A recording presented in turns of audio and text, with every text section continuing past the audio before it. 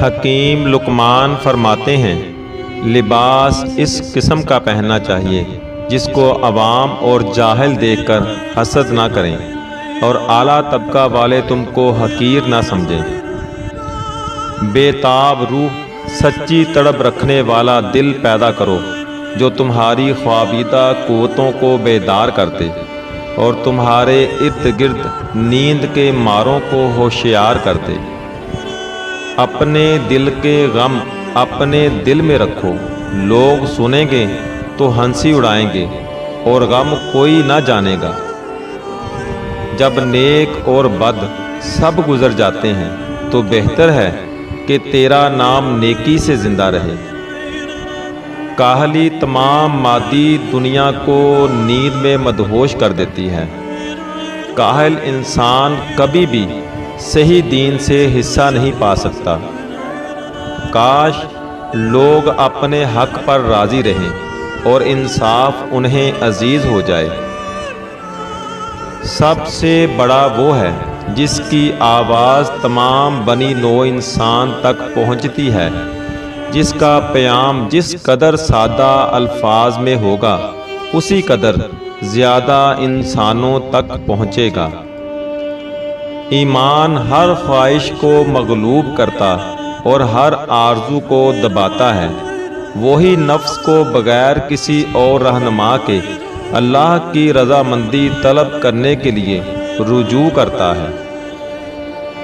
ایمان میں اللہ تعالیٰ کی محنت و آزمائش سے بھاگنا ابدی رسوائی کا باعث ہے۔ ماں کی اصل خوبصورتی اس کی محبت ہوتی ہے۔ میرے نزدیک ایک سچا مسلمان 10 آدمیوں پر بھاری ہے۔ ایک پودا ایسا ہے جس کو چبا کر کھانے سے پیٹ کی چربی 3 دن میں ختم ہو جاتی ہے، اور وہ ہے ایلو ویرا۔ ہر مسلمان کو خواہ وہ کسی طبقہ سے تعلق رکھتا ہو بیکار نہیں رہنا چاہیے اور اپنے دست و بازو کی امداد سے کمانے میں کوشش کرنی چاہیے۔ 5 چیزیں ہیں جن سے انسانی کوشش مفید نہیں ہو سکتی: زن موافق ہونا، اولاد کو پیدا کرنا اور مال کا پانا۔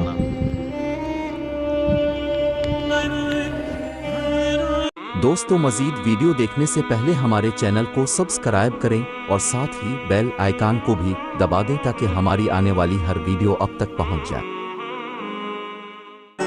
جن لوگوں کو اپنی موت کا دکھ دے کر جانا ہے ان کو تھوڑی سی خوشی دے کر لازمی جاؤ۔ زخم کھا لینا بڑی بات نہیں ہے، زخم کھا کر مسکرا دینا بڑی بات ہے۔ خوش قسمت ہے وہ انسان جو خوشی کو چھاؤں اور دکھ و غمی کو دھوپ سے زیادہ اہمیت نہیں دیتا۔ اگر آپ اچھا اور میٹھا بولنا نہیں جانتے تو آپ کو خاموش رہنا چاہیے۔ دوست ایک سائے کی مانند ہے، جب تک بندہ دھوپ میں رہتا ہے سایہ اس کے ساتھ رہتا ہے۔ چالاک اور ہوشیار لوگ صرف اسی جگہ سے دھوکہ کھاتے ہیں جہاں سے وہ بے فکر ہوتے ہیں۔ دوستی کے لیے خوبصورت چہرے ڈھونڈنے کی کوشش سے پرہیز کرو، کیونکہ اکثر خوبصورت چہرے والے دل کے کالے ہوتے ہیں۔ دوست کو اپنے حال سے صرف اتنا ہی واقف کرو کہ اگر کل وہ تمہارا دشمن بن جائے تو تمہیں نقصان نہ پہنچا سکے۔ تم دولت کی حفاظت کرنے میں مصروف ہو اور علم تمہاری حفاظت کرنے میں مصروف ہے۔ جو بندہ اپنی آرزوؤں اور اپنی خواہشات کو طویل کر دیتا ہے اس کی زندگی ضلالت اور مصیبتوں میں گرتی چلی جاتی ہے۔ دنیا میں سندل کی لکڑی کی طرح بن کر رہو۔ سندل وہ لکڑی ہے کہ جو کلہاڑی اس کو کاٹتی ہے وہ اس کو بھی خوشبودار کر دیتی ہے۔ کسی بندے کی قیمت پتہ لگانی ہو تو یہ دیکھو کہ اس کے پاس کیا ہے، جو کچھ اس کے پاس ہے وہی اس کی قیمت ہوگی۔